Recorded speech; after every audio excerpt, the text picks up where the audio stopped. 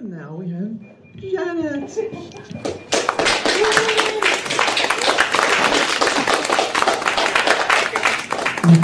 Yesterday mentions my cat, so I'm really hoping she'll be here and I can read it. Because she writes about cats. Cats, cats, cats, cats, and cats. So, because I'm trying to pick things from different things, I'm going to read from these same books for you. First one is yet another dun dun dun. I'm going through as many periodic table poems as I can from the book On the Edge. And this one I would like to share with you is Molybdenum. Molybdenum. Molybdenum. It's number 42 in the periodic table. So if you knew Hitchhiker's Guide to the Galaxy, 42 is the meaning to life. I don't know if that's the case for molybdenum. I don't know. But this is a poem called Molybdenum. I love this country. We should protect our rights. Gotta love our military industrial complex. We gotta protect ourselves. I'll use everything I can to be the one on top. I know I've used you, but it was wartime, you gotta understand. You gave me speed. You were light on your feet, but stiff as a board. When things got hot, you stood up to anything. And I liked flexing my muscles with you. And I liked flexing my muscles with you. I know it was wartime, but I would have used a Japanese sword. I would have even made a Japanese sword out of you if I could have put you together just right. And I know, you say I need you for all my amino acids, to keep my innards all running right. But I'm still on my war kick here, because when it's wartime, that's when I need you most. People say that war is no good, but I say you're the meaning of life.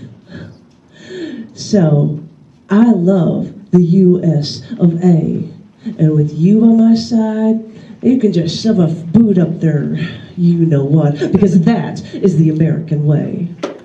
Well, that's why I thought I'd go on that one for it. I like, and candies. And from the last year of shows in Chicago, the book A Year-Long Journey, there was a series. Is it for everybody? Yes, of course. What is what for? It's okay. Chairs for everybody. Sure, anybody wants to come and sit?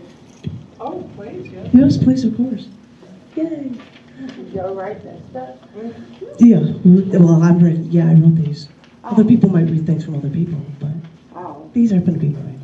But there was a show that was based on the phrase destruction instructions, and this is one of those poems for you, and this is 102, Destruction Instructions, Self-Destructive. I've been self-destructive before, and you liked me then. Should I go back to those days when it didn't matter who I was with? Because why would it matter unless it was you? But I can't do that to myself anymore, because now it's about time to turn it all around. Because if you think for even for a second that we're gonna stay content with injuring ourselves, when really it's been so second nature to you to hurt us over and over again, justifying it, saying that that's what the way that it always has been. Because how were you self-destructive before? How did you like us when we were ourselves, when we did ourselves in, and when we just succumbed to you?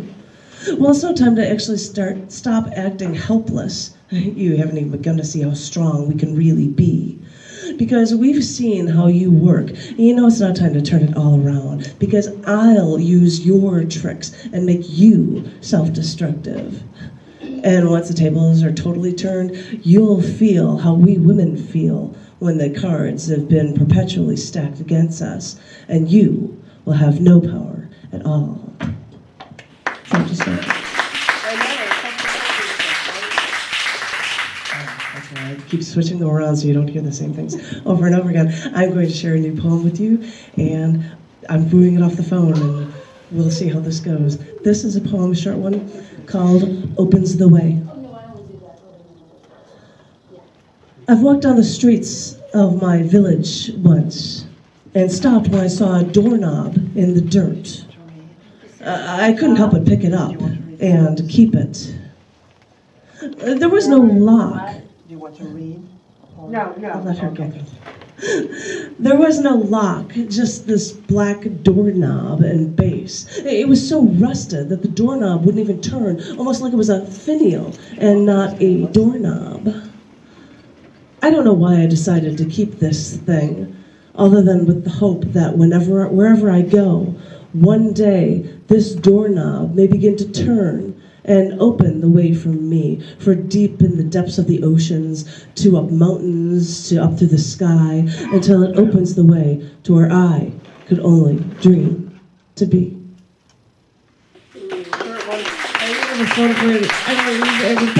I actually have this thing, this finial thing, doorknob thing, and I'm like, well, I'll show it on my little goofy phone, but...